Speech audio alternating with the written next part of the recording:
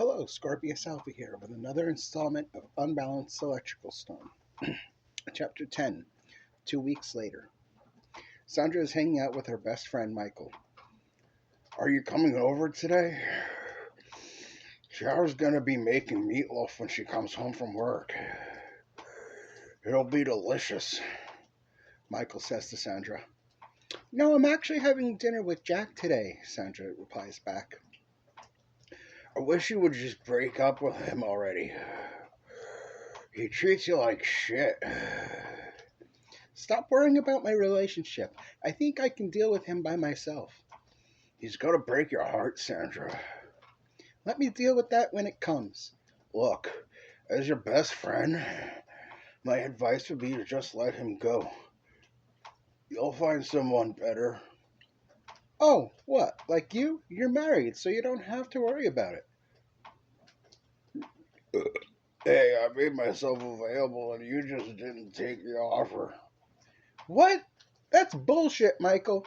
I asked you countless times and you always said no. I don't recall you ever asking me out.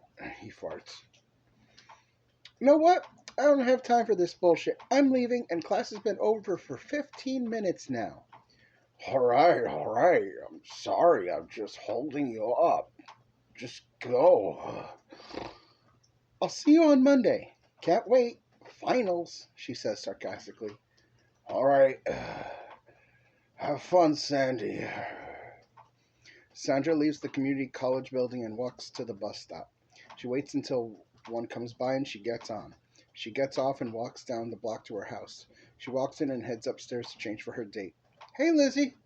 Corey, could you step out for a few minutes? I have to change, Sandra says as she walks into her room that she shares. Corey, Lizzie's boyfriend, leaves the room. Hey, sis, Lizzie, her sister, responds. What's up? Nothing. You? Got a date? Oh, yeah? Yeah, it's at 6. It's only 3. Why are you getting ready now? Sandra finishes dressing and puts a bottle of perfume in her purse. I'm going to visit Francine before I go. Aha, got ya. And so, I'll see you later. She heads downstairs and walks out, getting back on the bus and gets dropped off at Francine's block. She walks up to the door and knocks. Francine opens the door. Oh, hey. Oh, hey, I didn't see you there, Francine responds. I'm here. Pass me the blunt. You got it. Come on in. So Sandra walks in and sits on the couch. So, what's up? Nothing. I got a date with my boyfriend later. So why are you here? To hang out. And? Because I want to get high. That's a good answer. You deserve this. Francine passes the blunt over to Sandra, and Sandra takes a couple of hits and passes to Lawrence, Francine's boyfriend. So what have you been up to? Same shit, different day. Sounds exciting. Not really. There's a knock at the door. Ooh, delivery is here. Lawrence gets up and lets the person in. All right, Zach, that's what, 220? Yeah, are you sure you don't need anything else? Zach, a shady-looking guy with a full beard and sunglasses and hoodie, asks. Nope, don't deal with anything else. Sorry, buddy. It's all right. I'll ask Frank. All right, he's in jail. Just get out of here before I bust a capillary. Fine. Zach leaves. Who was that? Sandra asks. That's Zach. He's a well-known dealer around here. Weed's not his specialty, but when he gets it, it's good. What happened to Frank? Why is he in jail? Never mind, just pass the blunt. Seriously, tell me, why is he in jail?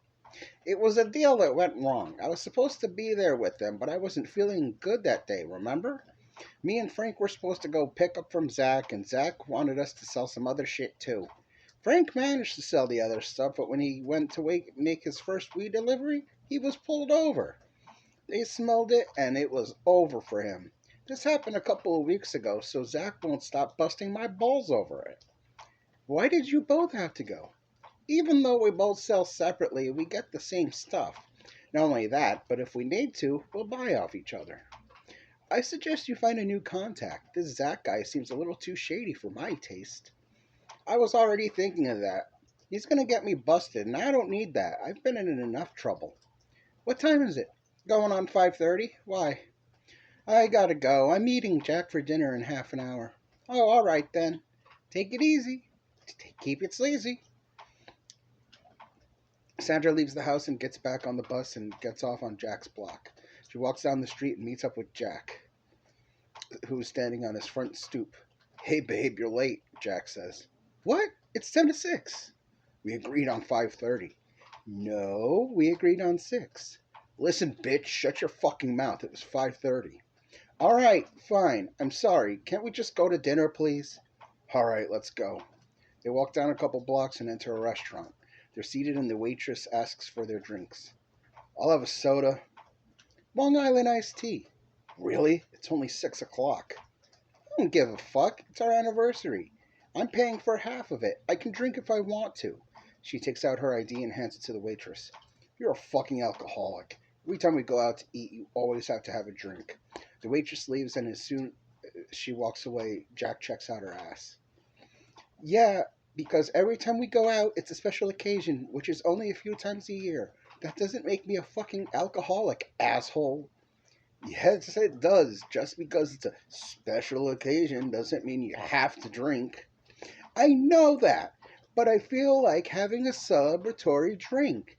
And I'm 21. I can get drinks if I want. And to top it all off, I always only ever drink one. Everyone in the restaurant is looking at them at this point, and the waitress comes back with the drinks. I'm sorry for ruining your evening, everyone. She looks up at the waitress. Keep them coming. I want to forget tonight.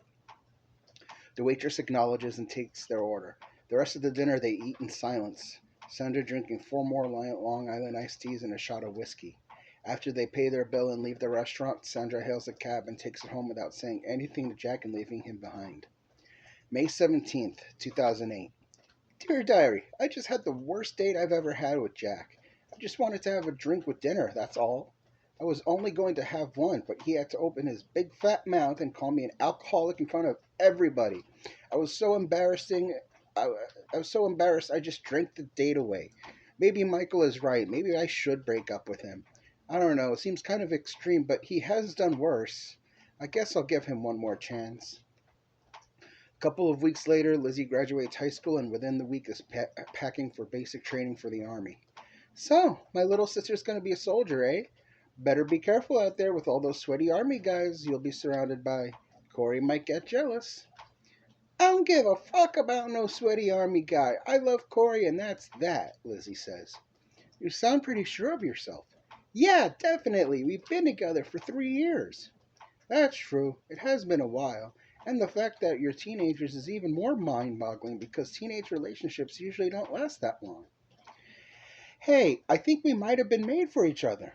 You never know.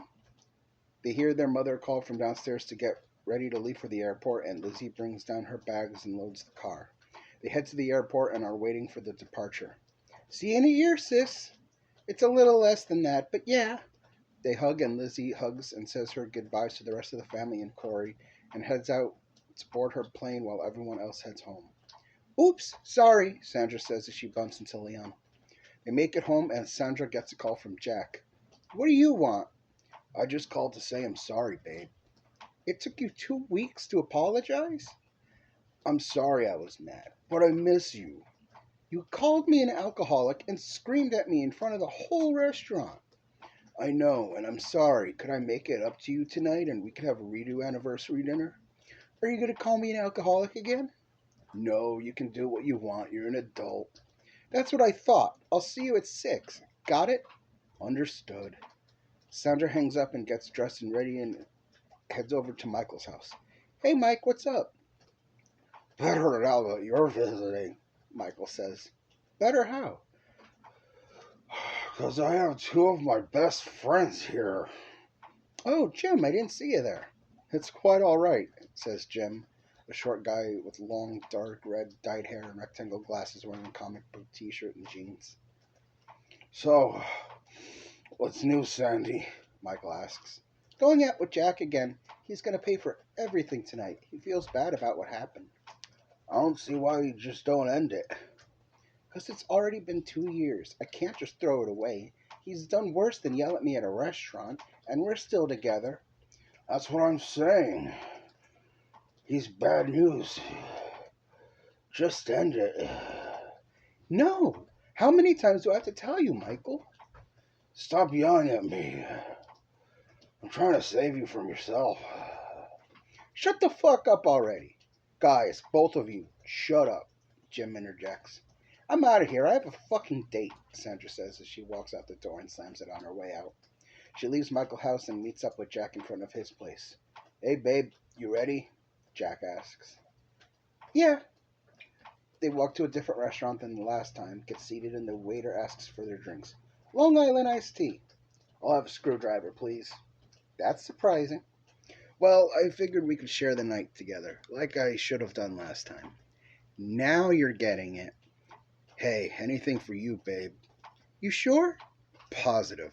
A few drinks later and they start getting sloppy. You know, I'm so glad I came out tonight.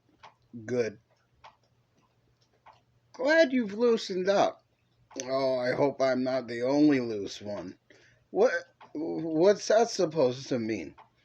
It means I want to nail you. Oh, no. What? I apologize, bought everything and got you smashed, you fat bitch. Sandra starts giggling. What? I'm just fucking with you. Calm your nuts. She starts laughing harder at her own joke. June 3rd, 2008. Well, last night was a bust. We ended up getting sloppy drunk and just started making out hardcore at the bar and ended up getting kicked out. So we hailed the cab and made out in the back seat. Then we finally stopped at his place, got in, went into his bedroom, and we started stripping and finally were naked. No sooner after I put it in my mouth, it activated my gag reflex and I projectile vomited all I had to drink that night all over him, from head to toe. I felt really bad, but he just screamed at me to get the fuck out. He hasn't answered any texts or calls. I wonder if this is grounds for a breakup. I hope not. I really love Jack. The next day, Sandra is hanging out with Francine, reliving her terrible night. Threw up all over him, and he still hasn't answered me back yet. I'm worried. Lawrence, how would you react if I threw up all over you in the middle of a blowjob? She asks him. That's a good question, considering I've never been in that situation before.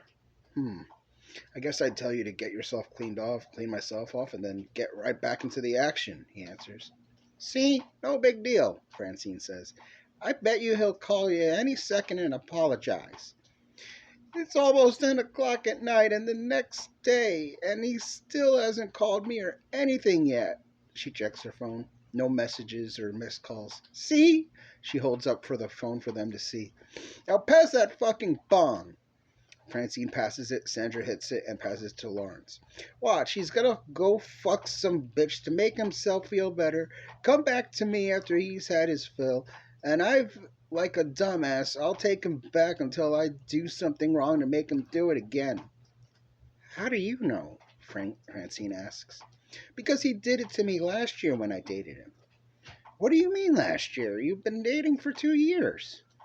Actually, I only dated him for about 8 months last year before he found out what I did with his best friend before we got together when his friend got insanely drunk and blurted it out. So he felt it was justifiable to screw some random bitch. And then come back to me practically putting on a sob story about how he was sorry and he'll never do it again and to please take him back. So I did after a 2-month gap. So why take him back again if he might do it again? Probably because I don't want to be alone. Are you really that desperate? It has nothing to do with desperation. I just hate being by myself, no one to hold next to me at night, no one to wake up to in the morning, no one to talk about my day. It sucks. I hate the feeling. That's no reason to just settle, though, especially to a scumbag like him. I know. I had a chance once and I blew it because I didn't think we clicked right as a couple. It felt wrong. He was a really nice guy and he didn't deserve what I did to him. But after a year of being together, I just couldn't do it. What did you do to him?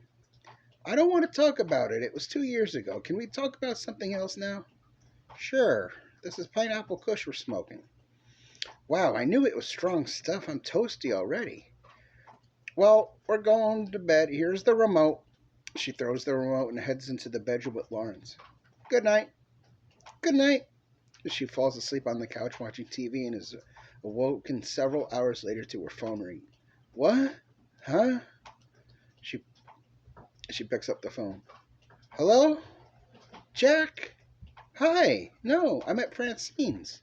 Breakfast sounds good. Okay, see you soon. She leaves Francine's, hops a bus, and heads to the restaurant where Jack is waiting. Hey, babe, Jack says. Hey, so why did it take you so long to answer me back?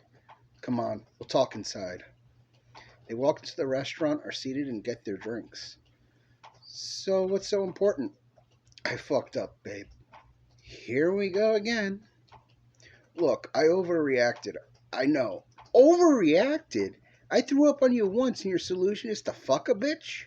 You know about Janice? She has a name? Yeah, she has a name. I just didn't know you knew about her. How long? What? How long has this been going on? It only happened twice. Twice? Yeah. Oh, shit. You didn't know anything, did you? This the same bitch from last year, too? That's why I said twice, he says slowly and sheepishly. Hello, welcome to the Last Chance Diner. I'm Helena, your waitress. Are you ready to order? She strokes Jack's chin and looks him in the eyes as she asks her question. Helena! Helena! She doesn't answer and continues to look into his eyes. Tangeray! She jumps up a little and starts to turn around.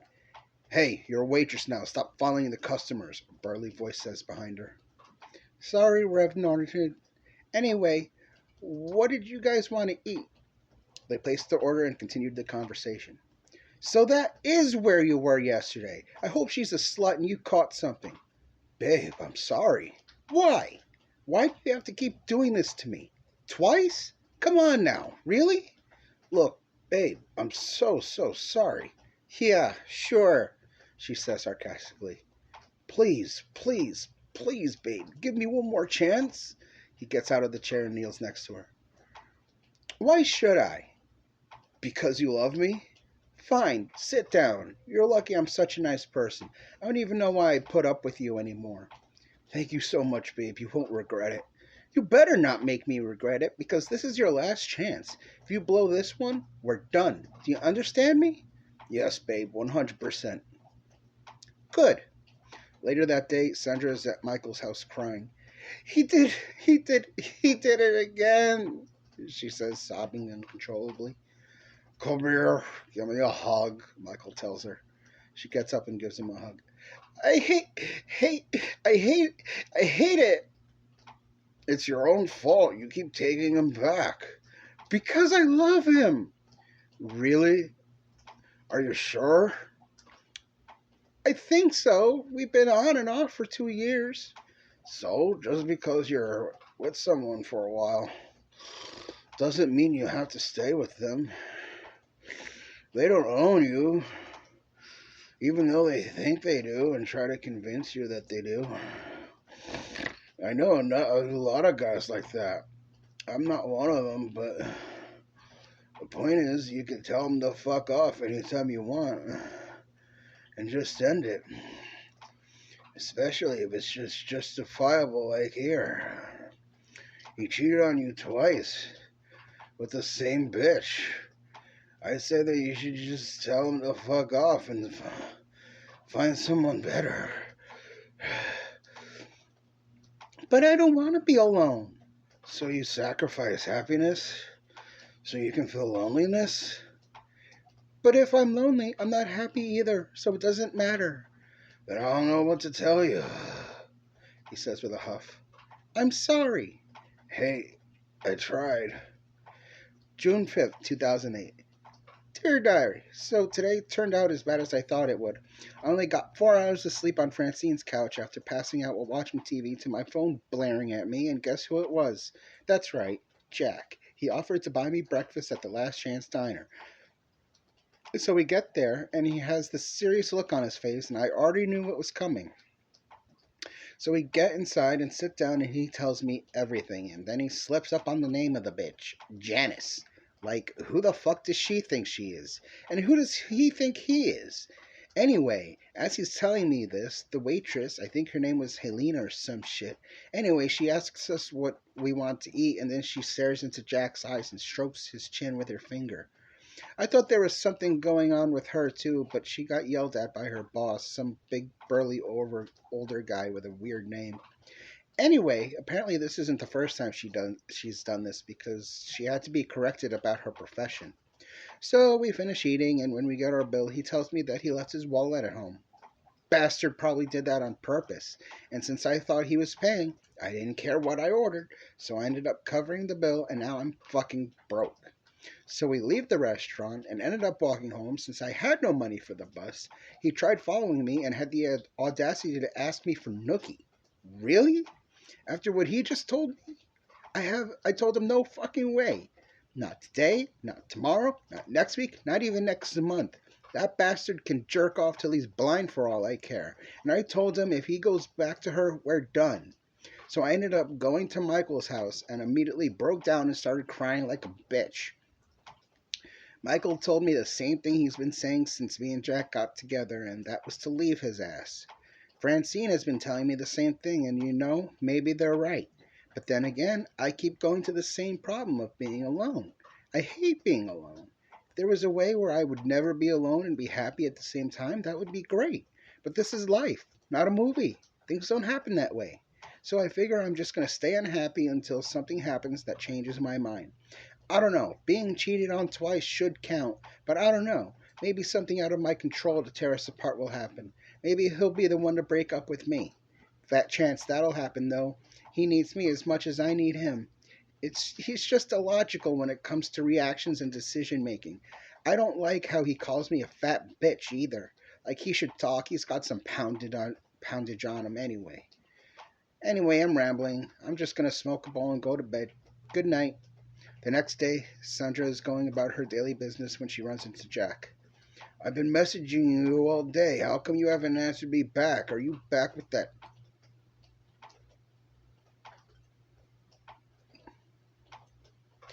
The next day, Sandra is going about her daily business when she runs into Jack. I've been messaging you all day. How come you haven't answered me back? Are you back with that chick? He keeps walking, ignoring her. Answered me. No, he says. No? No what? No, I'm not back with that chick, and no, I'm not going to answer you. What? That doesn't even make any sense. Because I'm giving you the silent treatment. You're not doing a very good job at it. Shut up. Why? Why? Because of the way you treated me yesterday. You left me and ignored me after we left the restaurant. I was pissed. Don't you understand? You tell me you're cheating on me, with who, offered to pay for breakfast, but let me flip the bill, and then try asking me for sex. You're damn right I ignored you. You have absolutely no right to be mad at me. If anything, I should be giving you the silent treatment. You're treating me like shit after a tiny little mistake. Okay, first of all, you've done this twice. Second of all, you're the one treating me like shit. All I've ever done was be nice to you, and you just go off and do all these ridiculous things. Ridiculous? Yes, ridiculous, because there's no reason to act the way that you do. I'm sorry, I do these things because I don't know what to do. It seems like a pretty extreme solution to a stupid itty-bitty problem. What was I supposed to do? Okay, first time, we could have talked about it. Second time, we could have just cleaned up and tried another time. I felt really bad for that. I really did. I didn't think you'd do this shit again because of it, she says through tears. I'm sorry. You know what? I put in my best effort to make this relationship work, and as soon as something looks like it's gonna be okay, something fucks it up. 2 years. 2 years I've had to put up with this, and you don't even seem to care. She starts crying. I don't know what else you want me to say. I mean, I can try to change. Just please let me use this chance to prove it. Try? You're gonna try? Well, I can't promise you anything. What do you mean you can't promise anything? Well, I'm only human. I can't promise something and not deliver and have you be surprised about it. So what you're saying is you're just gonna try, and if you're still the same asshole a year from now, it's okay because you're only human. See, now you're getting it, babe, he says with a small smile. You're actually serious. You're actually going to just try? Yes. You know, if you really love someone, you have to do more than just try. Well, I don't know what else you want me to do. I want you to actually do. That means no more sluts, no more making fun of me, calling me fat, or trying to change my habits. What? But you're trying to change me. Maybe you should try looking in the mirror once in a while. I'm not fucking sluts. I'm not making fun of you, calling you names, or trying to change who you are. I'm trying to get you to treat me better. Because you treat me so well. I do nothing but nice things for you. Ask you how you're feeling and try to make you feel better when you're down. All you ever do is belittle me and kick me when I'm down. I do that so you have more confidence. You're not giving me confidence. You're depressing me. You don't hurt the ones you love, asshole. She turns around and starts walking. Where do you think you're going? We're fucking done. No, we're not.